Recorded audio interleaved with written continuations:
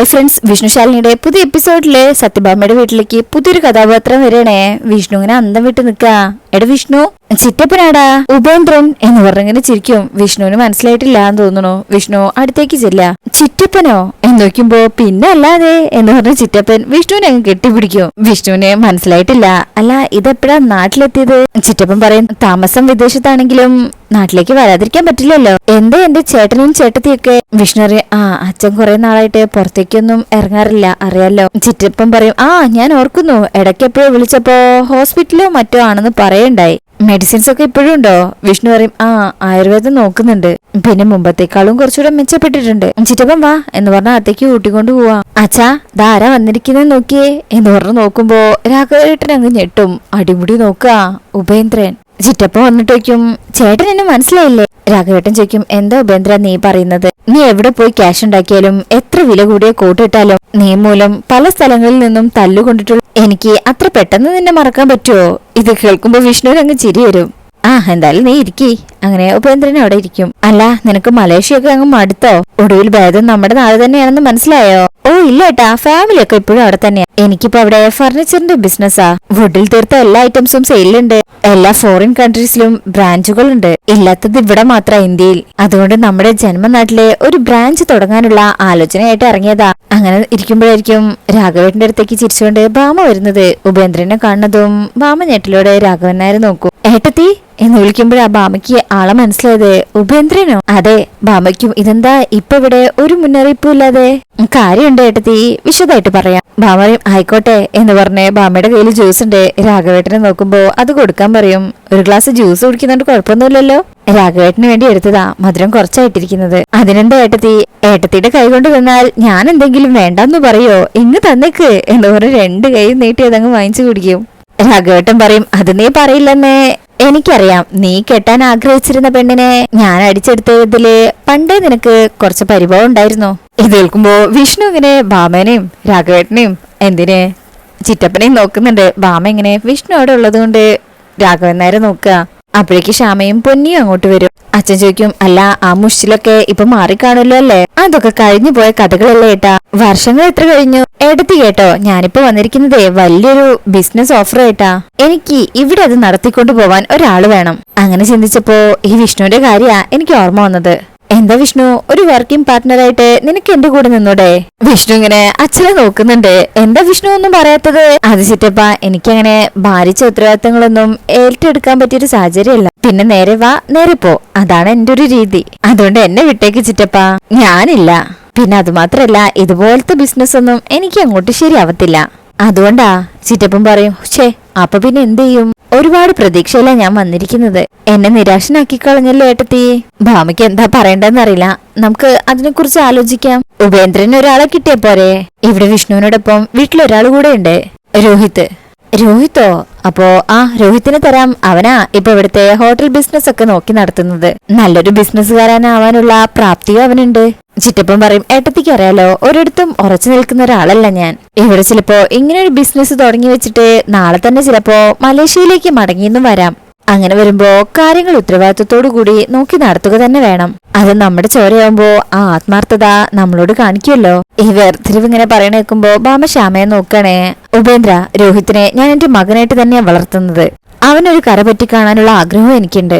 ഉപേന്ദ്രനെ പോലെ ഒരാളോടൊപ്പം ആണെങ്കിലേ ഇതിൽ പരം സന്തോഷം മറ്റൊന്നില്ലല്ലോ. അത് കേൾക്കുമ്പോ ആൾക്ക് കുറച്ച് ഇഷ്ടാവുന്നുണ്ട്. ഇപ്പോ അവന് ഹോട്ടലിന്റെ കാര്യത്തിനായിട്ട് പുറത്തു പോയിരിക്കുക. അല്ലെങ്കിൽ പരിചയപ്പെടുത്തായിരുന്നു. ശ്യാമേ ഇങ്ങ് വാ എന്നിട്ട് ശ്യാമയെ പരിചയപ്പെടുത്തി കൊടുക്കുക. ഇത് ശ്യാമ, അവന്റെ ഭാര്യ. നാളെ ഇവരുടെ വിവാഹ വാർഷികമാണ്. ഉപേന്ദ്രൻ വരണം. അപ്പൊ ആഘോഷത്തില് പങ്കെടുക്കുകയും ചെയ്യാം. കാര്യങ്ങളൊക്കെ വിശദമായി സംസാരിച്ച് ഒരു തീരുമാനത്തിൽ എത്തുകയും ചെയ്യാലോ. ചിറ്റപ്പൻ പറയും, ആദ്യം ഞാൻ നിൽക്കാനുള്ള ഒരു സെറ്റപ്പ് ചെയ്യട്ടെ, അതിനുശേഷം എപ്പോ വേണമെങ്കിലും എനിക്കിവിടെ വരാലോ. രാഘവേട്ടൻ ചോദിക്കും, അല്ല, ഇവിടെ ഫർണിച്ചർ ബിസിനസ് തന്നെയാണോ ഉദ്ദേശിക്കുന്നത്? അത് ചിറ്റപ്പ, പക്ഷെ ഞാൻ ഇവിടെ ആദ്യം ചെയ്യാൻ പോകുന്നത് അതിന്റെ മെറ്റീരിയൽ സംഘടിപ്പിക്കാന്നുള്ളതാ. അതിനാദ്യം ഗവൺമെന്റിന്റെ അനുവാദത്തോടു കൂടി ഫോറസ്റ്റിൽ നിന്നും മരം മുറിക്കുന്നതിനുള്ള അനുമതി വേണം. അതിന് ഏട്ടത്തിയുടെ വ്യക്തിബന്ധം വെച്ച് അതിനുള്ള ലൈസൻസ് എനിക്ക് റെഡിയാക്കി എടുക്കണം. ഭാമയ്ക്ക് അപ്പോഴാണ് സംഭവം മനസ്സിലായത്. രാഘവേട്ടനും അപ്പൊ അതാ കാര്യം എന്നുള്ള രീതിയിൽ തലയേട്ട. ചിറ്റപ്പൻ പറയും, അതിനും കൂടി ആയിട്ടാ എന്റെ ഈ വരവ്. രാഘവേട്ടൻ പറയും, അപ്പൊ ചുമ്മാ ഏട്ടനെയും ഏട്ടത്തെയും കാണാൻ ഇറങ്ങിയതല്ല. ഒരു വലിയ കോളിനായിട്ട് ചെറിയ ചൂണ്ടയായിട്ട് ഇറങ്ങിയതാ. അതിനാ ആദ്യം നീ വിഷ്ണുവിനെ കൂട്ടിപ്പിടിച്ചതല്ലേ? ഉപേന്ദ്രൻ പറയും, അത് ഞാൻ സത്യസന്ധമായിട്ട് തന്നെ പറഞ്ഞതായിട്ടാ. എനിക്കിവിടെ വേറെ ആരെയും പരിചയമില്ലല്ലോ. വിഷ്ണുവിന് തന്നെ എന്നെ അറിയില്ല. പറഞ്ഞു കേട്ടിട്ടുള്ള അറിവ് മാത്രല്ലേ അവനുള്ളൂ. അല്ലേടാ എന്ന് നോക്കുമ്പോ വിഷ്ണു അതേന്ന് തലയായിട്ടാ. ചിറ്റപ്പൻ ആളൊരു ഉടായ്പാണെന്ന് മനസ്സിലായി കഴിഞ്ഞിട്ടുണ്ട്. അതുകൊണ്ട് എനിക്ക് ഇവിടുന്ന് എന്തെങ്കിലും കാര്യം സാധിച്ചു കിട്ടണമെങ്കിൽ ഇവിടെയുള്ളവർ തന്നെ വേണം. ഞാനും വിചാരിക്കായിരുന്നോ 10-35 വർഷത്തിന് ശേഷം നിനക്കെന്താ പെട്ടെന്നൊരു ചേട്ട സ്നേഹം കേറി വന്നേന്ന്. അല്ലാതെ പിന്നെ ചേട്ടാ എന്ന് പറഞ്ഞ ഒപ്പിക്കുമ്പോഴേക്കും വിഷ്ണുവിന് കാര്യം മനസ്സിലാവും. അത് ചിറ്റപ്പ ഇനിയിപ്പോ എന്തായാലും കുറച്ചു ദിവസം നാട്ടിലുണ്ടാവുമല്ലോ, അപ്പൊ നമുക്ക് കാണാം. എനിക്ക് കുറച്ച് പരിപാടി ഉണ്ടായിരുന്നു. ഓക്കെ വിഷ്ണു, അടുത്ത ദിവസം വരുമ്പോ നമുക്ക് വിശദമായിട്ട് കൂടാം. ആയിക്കോട്ടെ അച്ഛാ, ഞാൻ പോയിട്ട് വരാട്ടോ എന്ന് പറഞ്ഞ് വിഷ്ണു അവിടുന്ന് വേഗം മുങ്ങും. വിഷ്ണു വണ്ടി എടുത്ത് പോകും. അങ്ങനെ ഭാമ ചിറ്റപ്പനോട് പറയും, രോഹിത് കൂടെ വേണമായിരുന്നു ഇപ്പൊ ഇവിടെ, എന്നാ കാര്യങ്ങൾക്കൊക്കെ ഒരു തീരുമാനമായനെ. അതന്നെ ഞാനും ഇപ്പൊ ആലോചിച്ചത്. എന്തായാലും കാര്യങ്ങളൊക്കെ ഞാൻ ഫോർവേഡ് ചെയ്യാം. ഈ ബിസിനസ് ഇവിടെ സക്സസ് ആവുകയാണെങ്കിൽ ഞാൻ നമ്മുടെ നാട്ടിലേക്ക് തന്നെ തിരിച്ചു പോരും. എത്ര നാളായി ചേട്ടാ അന്യ നാട്ടിൽ കിടന്ന് കഷ്ടപ്പെടുന്നു, മടുത്തു തുടങ്ങി. ഒന്നില്ലെങ്കിലും അവസാന കാലെങ്കിലും വേണ്ടപ്പെട്ടവരോടൊപ്പം കഴിയാലോ. രാഘവേട്ടൻ പറയും, എടാ അങ്ങനെയുള്ള ചിന്തയൊന്നും ഇപ്പൊ ആർക്കുമില്ല. എല്ലാവർക്കും എങ്ങനെയെങ്കിലും ക്യാഷ് ഉണ്ടാക്കണം. അതിന് എന്ത് വഴി വേണമെങ്കിലും ചെയ്യുകയും ചെയ്യും. നീ തന്നെ എന്തൊക്കെ കുഴപ്പങ്ങൾ ഉണ്ടാക്കിയിട്ട് അവിടുന്ന് പോയത്, എന്നിട്ട് അതിന്റെ ബാധ്യതകൾ മുഴുവൻ തീർത്തതോ ഈ ഞാനും. അങ്ങനെ ഞാൻ പോയതുകൊണ്ട് നഷ്ടമൊന്നും വന്നിട്ടില്ലല്ലോ ഏട്ടാ. ഇട്ടു മൂടാനുള്ള പണം ഞാൻ ഉണ്ടാക്കിയില്ലേ. പക്ഷെ ഇപ്പൊ എന്റെ ലക്ഷ്യം ഇവിടെ സ്വന്തം മണ്ണില് വേരുറപ്പിക്കാന്നുള്ളതാണ്. അതിന് ഏട്ടനും ഏട്ടത്തിയും എന്നോടൊപ്പം നിന്ന് തന്നാ മതി. ബാക്കിയൊക്കെ ഞാൻ നോക്കിക്കോളാം. രാഘവേട്ടനെ ഒന്നും അങ്ങോട്ട് ഇഷ്ടപ്പെടുന്നില്ല. ഭാമറിയും, ഉപേന്ദ്രൻ കാര്യങ്ങൾ നീക്കിക്കോളൂ, ഞങ്ങളുണ്ട് കൂടെ. ഒപ്പം ഞങ്ങളുടെ രോഹിത്തിനെ കൂടെ കൂട്ടിയാൽ മതി. ഭാമ ഇങ്ങനെ ഒരു വാക്ക് കൊടുക്കുന്നതില് രാഘവേട്ടന് വലിയ താല്പര്യമൊന്നുമില്ല. ഉപേന്ദ്രന് സന്തോഷവും. അതിനെന്ത് സംശയം, ഉറപ്പ്. ശേഷം പിന്നീട് കാണിക്കുന്നത് വിഷ്ണു ഇങ്ങനെ വണ്ടിയിൽ പോകുന്ന സമയത്ത് ചിറ്റപ്പൻ പറഞ്ഞ കാര്യങ്ങൾ ആലോചിക്കാനേ. ഫർണിച്ചർ കട വിഷ്ണുവിനോട് ഇവിടെ നോക്കി നടത്താൻ പറഞ്ഞതും വർക്കിംഗ് പാർട്ട്ണറായിട്ട് കൂടെ നിക്കണം പറഞ്ഞതും ഒക്കെ. ഇതേസമയം ശാലിനി കുടുംബശ്രീ വീട്ടിലെ വിഷ്ണുവിന്റെ ആ ഒരു ചെയിൻ ഉണ്ടല്ലോ, അത് കയ്യിലിങ്ങനെ പിടിച്ചിരിക്കുക. ശാലിനിയുടെ മുഖത്തിപ്പോ നല്ല സന്തോഷാണേ. സത്യഭാമ അവിടെ വന്ന് ക്ഷണിച്ചതൊക്കെ ആലോചിച്ചിട്ട് നാളെ നീ വരണം. കളക്ടർ ശാലിനിയായിട്ടല്ല, സത്യഭാമയുടെ മകൻ വിഷ്ണുവിന്റെ ഭാര്യയായിട്ട് ശാലിനി വിഷ്ണുവായി. എന്നിട്ട് വിചാരിക്കും വീണ്ടും മനസ്സിലെ സ്വപ്നങ്ങൾ നിറയ്ക്കുക. സത്യാമ്മ എന്നെയും സത്യയെയും വീട്ടിലേക്ക് ക്ഷണിച്ചിരിക്കുന്നു. അതിനർത്ഥം സത്യയെ അവർ അംഗീകരിച്ചു കഴിഞ്ഞിരിക്കുന്നു. ഇല്ലെങ്കിൽ വിഷ്ണുവേട്ടന് വേണ്ടി അവർ അംഗീകരിക്കാൻ നിർബന്ധിക്കപ്പെട്ടിരിക്കുന്നു. സത്യാമ്മയുടെ മനംമാറ്റത്തിന് പിന്നില് തീർച്ചയായും ശാരദാമ്മയുടെ ദൈവങ്ങൾക്ക് വലിയൊരു പങ്കുണ്ടാകും. ഇല്ലെങ്കിൽ ഇത്ര വേഗം സത്യാമ്മയുടെ മനസ്സ് മാറില്ല. എന്നിങ്ങനെ ആലോചിച്ചിരിക്കുമ്പോഴായിരിക്കും ഒരു കോള് വരിക. ഹലോ, വിളിക്കുന്നത് സുസ്മിതയാണേ. ആ ഫോൺ ഇങ്ങനെ മറച്ചു പിടിച്ചിട്ട്, നീ ഇപ്പൊ വളരെ ഹാപ്പിയാണെന്ന് എനിക്കറിയാം. അമ്മായിയമ്മ സ്നേഹം തുളുമ്പുന്ന ഭാഷയിൽ തേനൂറുന്ന വാക്കുകളിലൂടെ അനിയത്തിയുടെ വെഡിങ് ആനിവേഴ്സറി വിളിച്ചിട്ട് പോയിരിക്കല്ലേ. ശാലിനിക്ക് സംസാരം കേൾക്കുമ്പോഴേ ദേഷ്യം വരുന്നുണ്ട്. സുസ്മിത പറയും, ഇനി ഞാൻ നേരെ കാര്യങ്ങളിലേക്ക് വരാം. നീ ആ ചടങ്ങിൽ പങ്കെടുക്കുന്നുണ്ടോ എന്ന് എനിക്കറിയണം. ശാലിനി പറയും, പങ്കെടുക്കുന്നുണ്ട്. അപ്പൊ തന്നെ സുസ്മിത പറയണേ, പങ്കെടുക്കുന്നുണ്ടെങ്കിൽ മനസമാധാനത്തോടുകൂടി ഒരു ഗ്ലാസ് വെള്ളം പോലും നിന്നെ കൊണ്ട് ഞാൻ അവിടുന്ന് കുടിപ്പിക്കില്ല. അവിടെ നീ നിൽക്കുന്ന ഓരോ നിമിഷവും നിന്റെ ഉള്ളിൽ ഞാൻ തീർക്കുന്ന പെരുമ്പറ മേള ഉണ്ടാകും. ഭയത്തിന്റെ, ടെൻഷന്റെ, ഹൃദയം നിലച്ചു പോകുന്ന അവസ്ഥയിൽ നീ അവിടെ നിന്ന് ഉരുകും. ആ അവസ്ഥയിൽ നിന്നെ ഞാൻ എത്തിക്കും. പപ്പി നിന്റെ മകളാണെന്നുള്ള സത്യഭാമ അറിഞ്ഞാൽ നിന്റെ അനുജത്തി ശ്യാമയുടെ ജീവിതം വെഡിങ് ആനിവേഴ്സറിയോട് കൂടി അവസാനിച്ചു. അടുത്ത ആനിവേഴ്സറിക്ക് ശാരദാമ്മയുടെ അടുക്കള ചായപ്പിലിരുന്ന് സാമ്പാറിന്റെ കഷ്ണങ്ങൾ അരിഞ്ഞുകൊണ്ടേ കഴിഞ്ഞ വർഷത്തെ വെഡിങ് ആനിവേഴ്സറി ആയവർക്കാം. സത്യഭാമ പറയുന്നതിനപ്പുറം രോഹിത്തിനൊരു വാക്കും ലൈഫും ഇല്ലാന്നുള്ള സത്യം ഞാൻ പറയേണ്ട തന്നെ നിനക്കറിയാലോ. ഇനി നീ തീരുമാനിക്ക്, സത്യഭാമ ആ സത്യം അറിയണോ വേണ്ടയോ എന്ന്. ശാലിനിക്കും സത്യഭാമ ഇതറിയാതിരിക്കാൻ വേണ്ടിയിട്ട് നീ മനസ്സിൽ കണക്ക് കൂട്ടി വെച്ചിരിക്കുന്ന തുക എത്രയാ? സുസ്മിത പറയും, അപ്പൊ കളി നീ പഠിച്ചു. ആളെ സ്ട്രേറ്റ് ഫോർവേഡായി. വിചാരിക്കുന്ന നിമിഷം തന്നെ കാര്യങ്ങൾ കൃത്യമായി ദഹിക്കാനുള്ള കഴിവുണ്ടായി.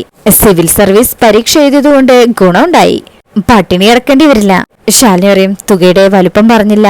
10 ലക്ഷം രൂപ, 10 lakhs, അതും അഡ്വാൻസ് ആയിട്ട്. ഇതേ ക്യാഷിന് ആവശ്യമുണ്ടായിട്ടൊന്നുമല്ല. എന്റെ കയ്യിലുള്ള ബോംബിന് എത്ര മൂല്യമുണ്ടെന്ന് നിന്നെ അറിയിക്കണ്ടേ? ശാലിനി ഞെട്ടിയിട്ടാ നിൽക്കുന്നത്. അതുപോലെ നല്ല ദേഷ്യവും. വിത്തിൻ ഹവർ, 1 മണിക്കൂറിനുള്ളിൽ പണം എന്റെ കയ്യിൽ കിട്ടണം. ശാലിനി ഒഴിക്കും സ്ഥലം ഗാന്ധി സ്ക്വയർ. പണത്തിന്റെ ഇടപാടല്ലേ, അപ്പോ ഉത്തരവാദിത്തപ്പെട്ട ആളുടെ സമക്ഷത്ത് തന്നെ ആവട്ടെ ഡീൽ. ശാലിനി പറയും, ഓക്കെ. സുസ്മിത പറയും, പിന്നെ അതിമിടുക്ക് കാണിക്കരുത്. കളക്ടറുടെ പവർ കാണിക്കാനായി എന്തെങ്കിലും കുരുത്തക്കേട് നീ കാണിച്ചാൽ അറിയാലോ, കൂടെ പിറന്നവളുടെ ഭാവി കോഞ്ഞാട്ടയാവും. ശാലിനി പറയും, ഇല്ല, പക്ഷേ പണം വാങ്ങിച്ചിട്ട് തിരിഞ്ഞുകുത്തുന്ന സ്വഭാവം കാണിക്കരുത്. സുസ്മിത പറയും അക്കാര്യത്തിൽ പൂർണ്ണമായിട്ട് വിശ്വസിക്കാം.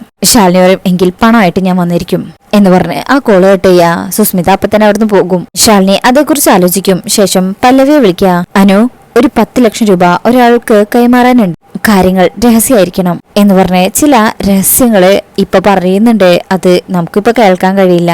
Okay madam, I will manage it എന്ന് പറഞ്ഞ് കോള് കട്ട് ചെയ്യാം. അങ്ങനെ ഇരിക്കുമ്പോഴായിരിക്കും സത്യ ഓടി വരുന്നത്. അമ്മേ, ശാലിനി ഇങ്ങനെ ചിരിച്ചുകൊണ്ട് കവിളിൽ കൈവെക്കും.